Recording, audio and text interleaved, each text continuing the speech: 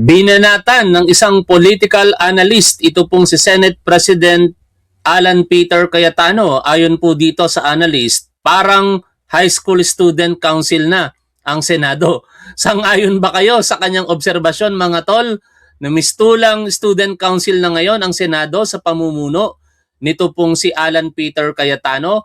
Kung kayo po'y sumasang-ayon na student council na lamang, malamang sa paningin ng publiko, ito pong Senado, ay mag-comment po kayo ng 1 or mag-comment po kayo ng 2 kung kayo po'y hindi sumasang-ayon at maaaring pumapanig kay Cayetano. Uulitin ko lamang po ang tanong natin, ha.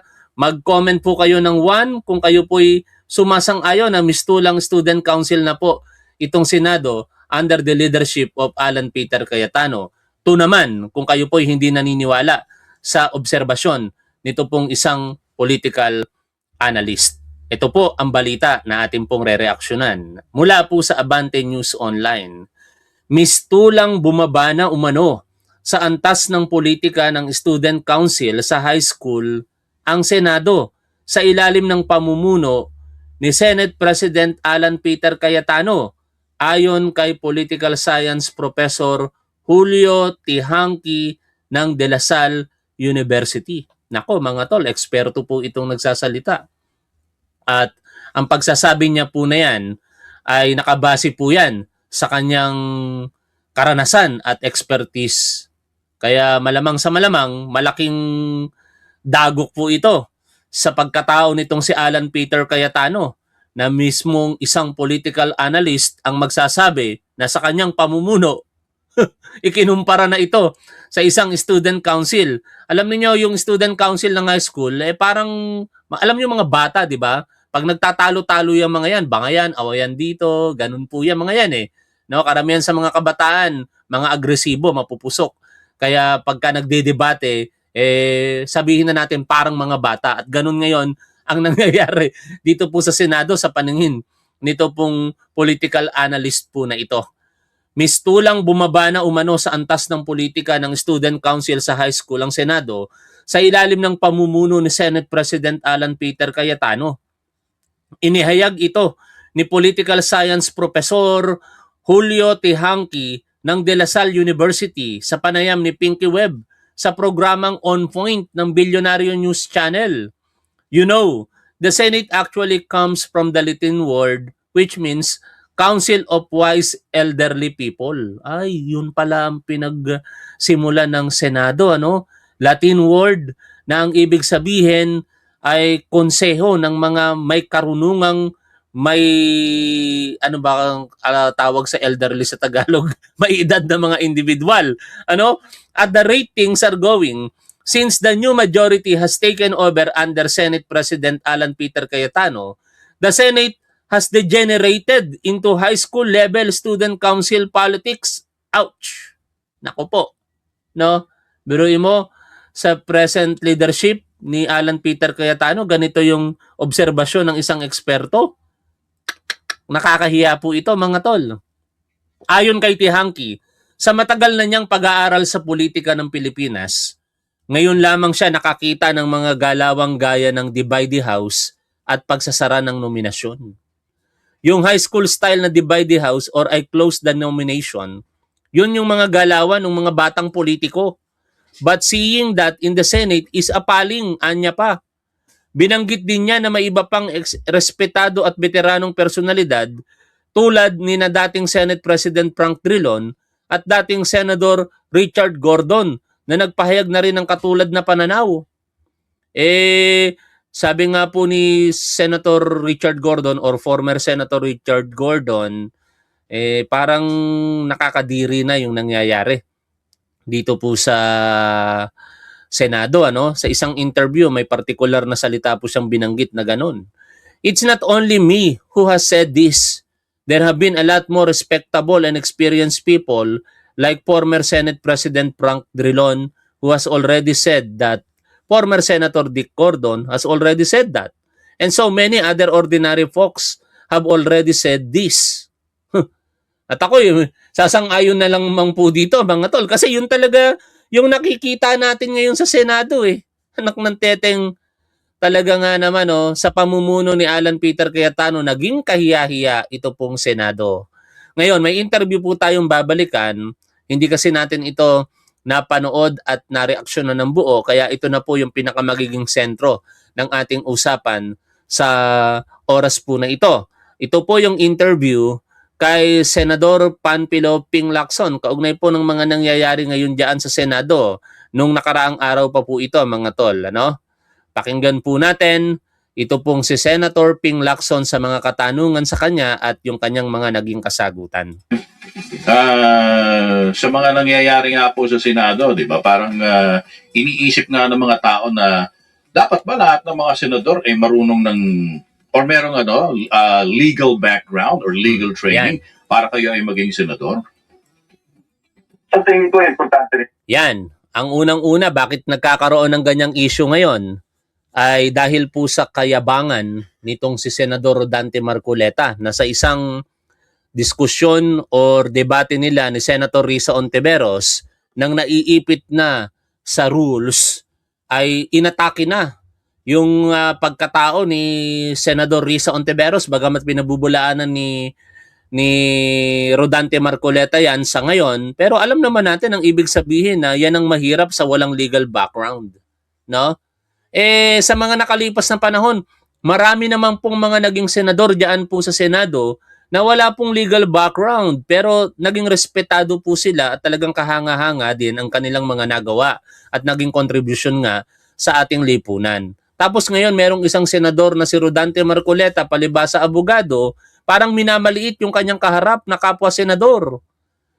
Kung babalikan po natin yung obserbasyon sa kanya ng kanyang mga kapwa lawyers, lalong-lalo na si dating Associate Justice Antonio Carpio, mas parang nakakahiya po, no? Kasi siya po ay dinescribe nitong si Antonio Carpio bilang pinakamababa sa mga hanay ng mga abogado, or yung particular term na ginamit nitong si Justice Carpio ay lowest among the ranks of lawyers, no? Tapos ganito ka magmamayabang na parang alam mo na ang lahat. Yun. Pero hindi naman monopoly ng isang abogado na para maintindihan yung batas, maintindihan yung rules. Katunayan, yung pinanggagalingan ni Senator Marcoleta, hindi naman batas yung pag-usapan namin, Senate rules, yeah. Mali yung kanyang pinanggagalingan. Kaya nga, parang, alam mo yung tono niya, parang condescending ba? Na para bang wala kang legal background, para bang wala kang karapatan na makipag-debate sa rules. Pinapanood ko kasi, umalis na ako noon nakikinig ako sa kanya. Hindi, nandun pa ako sa floor actually. Nung pinakisingyon ko yung kanyang mga litanya doon, parang sinasabi niya na hinalitulad siya pa doon sa yung special law. Sinasabi niya yung parang baligtad yata yung sinabi ni Senator Ping Lacson na yung asal nitong si Rodante Marcoleta ay condescending. Kasi kapag ka tinagalog po yung condescending, mapagkumbaba.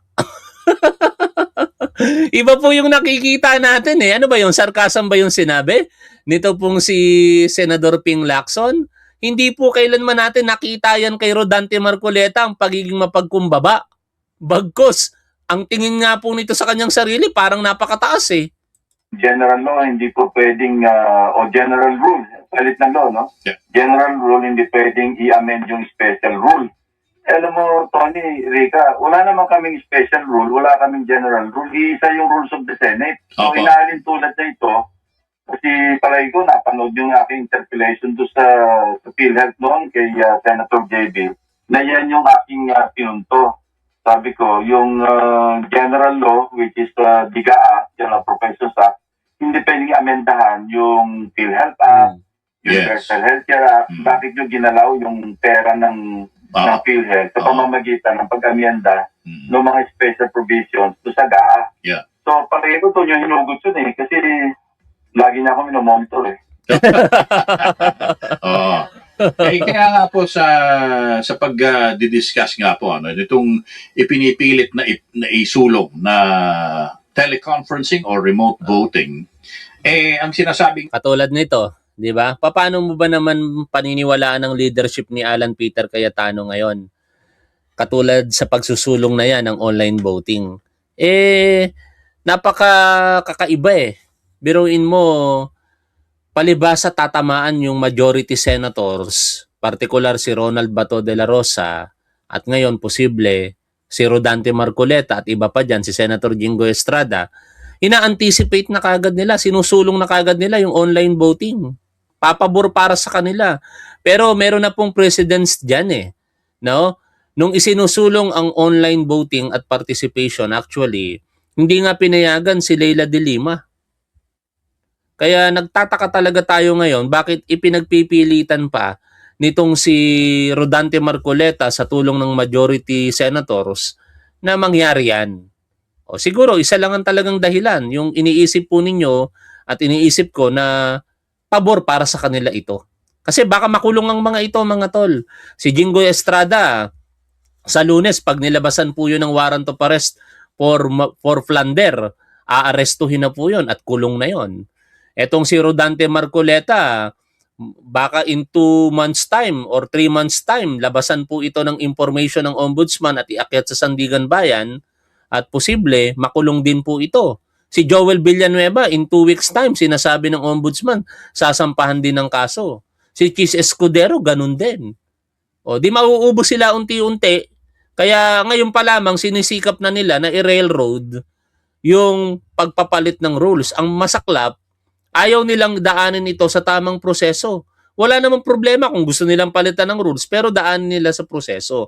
Ang pinupunto nga dyan ni Senator Ping Lacson, hindi yung paglalayo nila na magpalit ng rules amyendahan ng rules ang mali. Yung kaparaanan po nilang ginagawa. Ayaw nilang bigyan ng pagkakataon ang tamang diskurso. Porket alam nila na meron silang bilang nung mga panahong iyon, last Tuesday, dadaanin na kaagad sa butuhan. Napaka-tyrannical ng move, di ba? Yung ginagawa ni Alan Peter Cayetano ay isang pagpapakita ng diktadura diyan po sa Senado. Nga po ng mga nakakaalam, ang proseso dapat ay i-discuss muna sa committee level. And then, saka lamang pwedeng talakayin sa plenaryo. Mababago ho ba yung rule na yon? Hindi. Kasi, alam mo, magkaibang rules yung sinasite namin ni Senate President Alan. Ang iniimbo ko, pero ang premise noon, nasa panig namin ng rules Kasi ang sinasabi niya, yung Rule 136, pwede talagang i-pull out, no, i-report out ng majority leader o ng chairman ng Committee on Rules yung isang motion o resolution. Pero ang kanya pinanggagalingan kung hindi pa na-i-refer sa committee. So ang pinanggagalingan ko naman, iniindo ko yung Section 20, yung Rule 24 namin, na kapag na-i-refer na ito sa committee, kailangan ito ma-discuss, ma-decide, tapos sa pamamagitan ng isang committee report, may report out sa floor at pagdidebatehan uli namin doon. So pinipilit niya, hindi raw nag-govern yung rule na yon, pero mali siya dahil yan ang masakit na katotohanan ngayon. Biruin mo, abogado ka, tapos nagmamayabang ka sa legal background. Tapos yung isang hindi abogado, mas alam pa yung rules. Kasi alam niyo mga tol, hindi porket meron kang titulo na pagiging abogado, alam mo na lahat. No? Kung minsan, mas nakakabuti nga yung wisdom kaysa doon sa kaalaman mo lamang Kung ikaw kasi may karunungan at sasama mo pa yung kaalaman, magiging maayos ang iyong pananalita at mga aksyon. At dito nakikita natin ngayon kay Marcoleta, somehow baka may kaalaman naman talaga ito, pero tingin ko walang karunungan po ito. Kasi hindi po ako nag-agree doon sa sinabi na condescending ito. No? Ito po ay isang mapagmataas. Hindi po ito mapagkumbaba. Kitang-kita nyo naman kung paano niya ini-establish yung kanyang sarili diyan sa Senado na parang siya lamang ang tama sa lahat ng pagkakataon. So nga po nga yung pinull out ko yung journal noong May 11 kung saan doon i-final ni Senator Marcoleta yung kanyang motion para amendahan yung tungkol sa teleconferencing. Kasi ang rule namin sa ngayon, kailangan mayroong force majeure o kaya may national emergency tulad ng COVID para tayakan yun. Ginawa namin yun. Yun ang gusto amendahan na maski walang calamity, walang force majeure, o wala maski anong emergency, payagan. Kita-kita naman namin yung motibo para hindi mabawasan yung numero nila. Oo. Sakaling, at ang mabigat nito, tinutunto namin, baka papunta ito sa impeachment trial na maski nagtatago yung isa, nakakulong yung dalawa. Masalimuot yun, Tony, Rika. Yeah. Muna, kapag Pagdating naman sa punto na yan, ewan ko kung maniniwala po kayo, dinideny po yan nitong si Alan Peter Cayetano. Sinasabi niya na hindi binabago ang rules, hindi dahil sa impeachment ni Sara Duterte. Wala daw pong ganong sitwasyon. Ewan ko kung maniniwala kayo kay Alan Peter Cayetano, mga tol ha. Kasi sa totoo lang, mga tol, napakahirap na pong paniwalaan itong si Alan Peter Cayetano. Ito po yung tao na mahilig magsalita ng Diyos, pero sa aking paniniwala, napakasinungaling. pag halimbawang na issue ng warrant ng Sandigan Bayan, hindi naman namin hinahangad. Hypothetical ito. Oo. Halimbawa, 2 o 3 o 4 naming kasamahan, naikulong na doon sa Quezon City Jail, halimbawa. Wala naman sila sa custody ng Senado, kundi ang legal custodian nila, yung Korte, Sandigan Bayan. Oo. Ang tanong, Opo. baka pressure ng Senado yung BJMP para payagan sila mag-teleconferencing. Ibig sabihin, o bigyan nyo ng wifi yung mga yan, at kapag gamitin nyo ng tablet o iPad o laptop o kaya cellphone, at payagan yung Tama ka, Michael Alawag, ano? Ang sinasabi ni Marcoleta na hindi raw abogado si Sen Ping o si Tito Sen, hindi naman arguments yan kahit na abogado. Dahil ang title, hindi basihan ng arguments. Diba? Totoo naman yun eh. Alam niyo pagka ikaw masyado kang mataas ang tingin mo sa sarili mo dahil meron kang titulo, kadalasan yun pa magpapahamak sa iyo eh. makipag-teleconference sa amin kasi ito, mandato namin ito sa Senado na magkaroon ng session. Masalimuot. Kaya, pero balik tayo sa issue. 2 issue yun na hindi pa nga namin nare-resolve yung unang issue na pwede mong i-report out. Tumatalon agad kami, papunta doon sa talakayin na yung merito ng proposed amendment. Yes. So, kaya nga parang masasabi ho ba natin, Senator Ping, na Sige. Baka mali ako sa pagkakaunawa ko, sabi ni Mike. Condescending describes behavior or speech that shows a patronizing attitude of superiority. It happens when someone treats others as if they are less intelligent or important, often acting as naputol eh. O salamat diyan po sa definition mo ng condescending, ano? Baka ako po nagkamali. Tuloy po tayo sa pakikinig po dito. Bigyan nyo ng kahit na konting leeway si Senator Marcoleta dahil siya ay maituturing na neophyte, Senator? Hindi mahirap sa kanya na mamarunong pero ang dami niya salto eh. Alam mo, sa mga sessions namin, sa mga committee hearings, ang mga sinasite niyang mga batas, palpak eh. Hindi kami matututo sa kanya actually. Sabihin na natin abogado siya.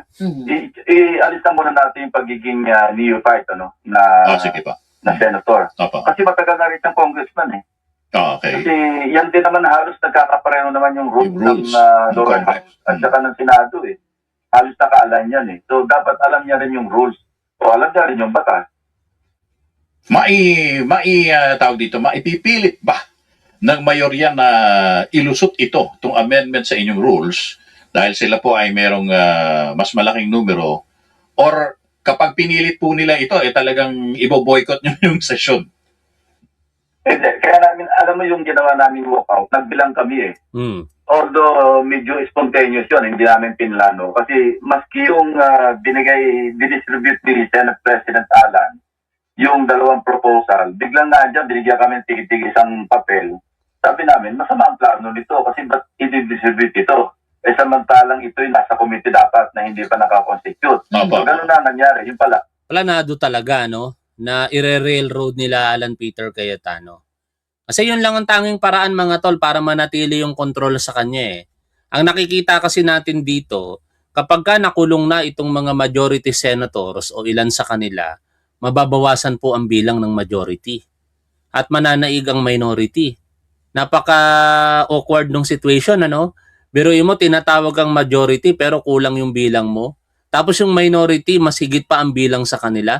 Kaya ngayon, para manatili yan, kahit remote participation, dapat mangyari. Yan ang kagustuhan ng majority ngayon. Biruin mo, nakakulong ka, makakapag-participate ka, tapos makakaboto ka pa. Saan ka naman nakakita noon? Sabi nga ng isang profesor na si Yusinko ay inaalisan na ng somehow ng maraming karapatan ng isang individual kapag ito'y naaakusahan ng paglabag sa batas. At hindi na dapat binibigyan pa ng mga pribilehiyo yung katulad niyan. Hindi nga nila sa nakalipas na panahon, hindi nga ibinigay yan kay Leila de Lima, di ba? Yung makapag-boto. Hindi yon nakuha ni Leila de Lima. Even yung online participation, hindi. Sinasabi nga ni Leila de Lima, kapag ka siya po'y gumagawa ng mga sponsors o bill o kung anumang mga trabaho niya dyan, hindi siya makagamit ng computer. Ang ginagawa niya, handwritten at pinapadala ito sa kanyang staff bago pino-forward dyan po sa Senate official business. Tapos ngayon, wala namang pandemic pa, wala namang pandemic na, bibigyan mo ng ganitong sitwasyon. Dahil lamang kakampi mo yan, Senator Alan Peter Cayetano? Ang plano, ipasa yung araw na yon, nung araw na yon, yung dalawang proposed amendment sa pamamagitan. Oy, tatanga-tangang Duterte supporter. Anong aabangan namin sa Blue Ribbon Committee? Ano bang meron doon? O sabihin natin, iladlad nila ang mga ebidensya kay Pangulong Bongbong Marcos. May magagawa ba sila? Wala. Tanga. Ang Blue Ribbon Committee, recommendatory lamang yan. Kahit sino pang akusahan nila dyan sa Blue Ribbon Committee, wala silang magagawa kung hindi mag-imbestiga lang at mag-recommend. Tanga. Kayo talaga, nag-ad hominem kayo dyan, kaya kita tuloy tinatawag na tanga eh. Ang tanga-tanga nyo talagang mga Duterte supporters, uulitin ko lamang sa inyo, no, yung katangahan ninyo. Kahit sinong maupo sa Blue Ribbon Committee, whether minority or majority, whether si Rodante Marcoleta o si Ping Lacson, what they can do the most is mag-file ng recommendation for suing kung sino man yung inimbestigahan nila na sa tingin nila may mga ebidensya. Hanggang doon lang yun. Oo, pwedeng gamitin yung mga investigations na ginawa nila. Pero ang final say dyan, ang DOJ at ang ombudsman, mga tanga. Kaya sino ang iiyak sa huli? Sino ba ang ombudsman? Si Boyeng Remulla. Sino ba ang DOJ? Si Frederick Bida. Ang tanga nyo talaga. Nga ng motion. So, nung nag-usap-usap na kami, nagsimula na kami magbilang kasi alam namin, hahantong talaga sa divide the house eh. Alam mo, yung mga lawyers, di ba, may mga parang prinsipyo nila ito, parang sabihin na nating kasabihan nila, pagkaramitan, bawat lawyer, ano nila ito eh, parang if the facts are on your side. Tanga talaga tong mga DDS na to, no, mga tol? Napakatanga nyo talaga. Unang-una, huwag kayong manonood sa tinatawag nyong tanga. Kasi kung tanga ako, bakit kayo nanonood sa akin? Di ba? Kahit pagmumurahin nyo ako dyan, walang mangyayari. In fact, dahil sa katangahan ninyo, mga tangang DDS, kumikita pa ako sa inyo. Di nyo ba naiisip nyo, mga tanga? Ako, di ako nanonood sa mga tatanga-tangang DDS vlogger. Hindi ako nanonood sa kanila kasi sa bawat pag-comment ninyo, mga tanga, kumikita ako. Kaya mga tol, yung mga matatalinong manonood ni Top 1, comment lang kayo ng comment dyan. Malaki tulong niyan kay Top 1. Etong mga tatanga-tangang DDS, hindi nila alam. Comment sila ng comment. Kahit pagmumurahin nyo ako dyan, nakakatulong kayo, mga tanga. O ganyan ko ipinamumuka sa inyo kung gaano kayo mga katanga. Ang tatanga nyo talaga. Found the fact. If the law, in this particular case, if the rule is on your side, found the rule. Pero pagka if neither the fact nor the rule. Yan naman talaga. Diba? Kapag ka ang rule pabor sa iyo, pound on the rule. Pagka ang batas pabor sa iyo, pound on the law. Kapag ang facts pabor sa iyo, pound on the facts. Pero kapag ka walang pabor sa iyo, move to divide the house. Ganun ang ginawa ni Alan Peter Cayetano eh. Are on your side. May parang sasabi, pound the table, di ba? Move to amend move to divide the house. Dahil sa pound the table. Kasi alam nila, matatalo sila sa debate eh. Kasi nahalata na namin, paulit-ulit na si Senate President Cayetano na divide the house, Kung nag-object kayo, nagdi-disagree kami, divide natin ang house. Kasi nagbibilang sila, hindi lang anticipate yung walkout. Nagbibilang sila, may quorum kami. Ayun, akala nila, no? Yan yung mga tuso na nagulangan. Mga tuso Tuso itong si Alan Peter Cayetano Akala niya uubra yung katusuhan niya. Hindi niya alam, mas magulang yung mga ibang senador diyan katulad ni Senator Tito Soto, 5-termer senator. Kahit abogado ka, pagdating sa usaping Senado, mahirapan kang banggain. Itong si Senator Tito Soto, tingnan nyo nangyari sa kagulangan ninyo. Wala kayong nagawa, di ba?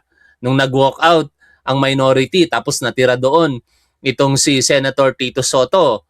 Tapos mukhang kasabwat na ng minority si Chis Escudero kasi hindi pumasok. Ang katotohanan kasi doon mga tol, kung pumasok lamang si Chis Escudero nung Tuesday, hindi magagawa ng minority na mag-walk out. Bakit?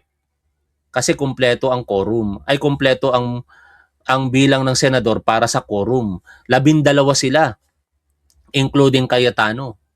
Plus isa na si Tito Soto. Di 30 ng present, may quorum. Absent si Chis Escudero.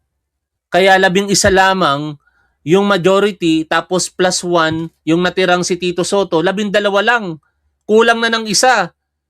Basihan para mag-adjourn kasi walang quorum. Di ba? Mga tatanga-tanga kasi yung ilan diyan no? Tapos dahil sa katusuhan nila, hindi nila naisip 'yon.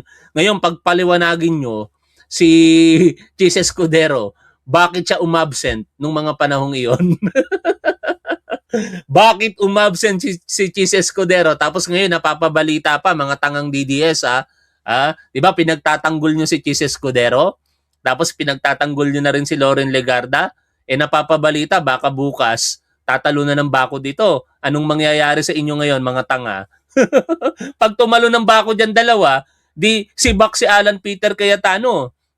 Pero kahit hindi tumalon yung dalawa na yan, mananatili pa rin malakas ang minority kasi solid 11 sila unti-unti nang mauubos yung majority, wala na si Bato de la Rosa. Hindi na pupunta si Bato de la Rosa dyan. Hindi na magpapaloko yung kay Alan Peter Cayetano. Alam nyo, ako malakas ang paniniwala ko na nalinlang si Bato de la Rosa nitong si Alan Peter Cayetano. No, napaniwala ni Alan Peter Cayetano marahil na walang warrant of arrest itong si Bato de la Rosa. Kaya nga nung unang kita natin kay Bato de la Rosa nung unang araw, nag-uumiyak No, hindi mapakali Kasi alam niya nagkamali siya, dapat hindi siya nagpakita. At yun, pinatunayan niya sa interview sa kanya ni Jessica Soho. Nilaglag niya na si Alan Peter Cayetano. Sinabi ni Ronald De La Rosa na kaya lamang siya nagpunta dyan para magpalit ng liderato at para sa impeachment ni Sara Duterte. No? At ang tanging kausap niya, si Alan Peter Cayetano. Kaya malamang sa malamang, nilinlang siya nitong si Alan Peter Cayetano. Pinalabas na wala siyang warrant of arrest, meron pala. Di iyak siya. No? Hindi niya alam ang gagawin niya. Buti na lamang may nagpakabayani sa kanya na si Robin Padilla. Kaya kayong mga tatanga-tangang DDS kayo ang iiyak sa huli. Sa amin walang mawawala Ano na ngayon? Kung manatiling Senate President si Alan Peter Cayetano, walang mawawala sa amin. Lalo sa akin, walang mawawala. Mabubuhay ako kahit sino Senate President. Kahit nga maging presidente si Sara Duterte, mabubuhay pa rin ako Di ba? Pero mukhang malabong mangyari yon kahit pinalalabas ninyo na malakas si Sara Duterte. Ako, naniniwala ako na si Sara Duterte hindi naman nanalo yan sa pagka-presidente sa 2028. Excited na nga ako sa totoo lang Gusto ko nang hatakin yung 2028 para matapos na yung delusyon ninyo, yung kahibangan ninyong mga tangang DDS Kasi at that time, I think there were 11. Kasi wala si Senator Chis. 12 sila, wala si Bato. So 11 sila. Kami, wala si Senator Lito Lapid at saka si Rafi Tulfo. So kami naman, from 11, naging 9. So siyempre, magbibilang sila, 11 plus 9, may quorum tayo, 20. Correct. Kami naman, nagbibilang din kami, 11 sila. 24 tayo, ang base number natin dito sa quorum is 13. No? Kasi, so usapan namin, maiwanan si Tito Sen. Anyway, minority leader siya. Yeah. At meron pa nga rin, may fallback pa yun No. na i-question nyo yung quorum, mag-move to adjourn. Kasi wala. Alam nyo mga tol, okay lang yan kahit mag-spam sila dyan, nakakatulong yan kay Top 1. No? Kaya yung mga tatanga-tangang DDS, mag-comment lang kayo ng mag-comment dyan. Tinurn off ko nga yung Nightbot para yung mga spam hindi i-hide ni Nightbot. Kasi sa bawat comment, partikular kayong mga tangang DDS ng paulit-ulit, may kapalit yan na tulong sa akin. Hindi nyo ba napapansin, imbis na bumaba, kumonti ang manonood natin, dumadami? No? Oh. Kaya itong sinasabi dito, on the other hand, ni Senator Ping Lacson, pagpapakita ito ng talagang may wisdom ang minority sa ngayon. Tuso lamang itong majority, pero pagdating sa karunungan, walang-wala sila sa minority. Anong masasabi ninyo sa topic natin mga tol? I-comment nyo na lamang dyan sa chat area. Maraming salamat. Lagi nating tandaan kung ano ang tama at dapat doon po tayo. Keep safe. See you always. Bye for now mga tol.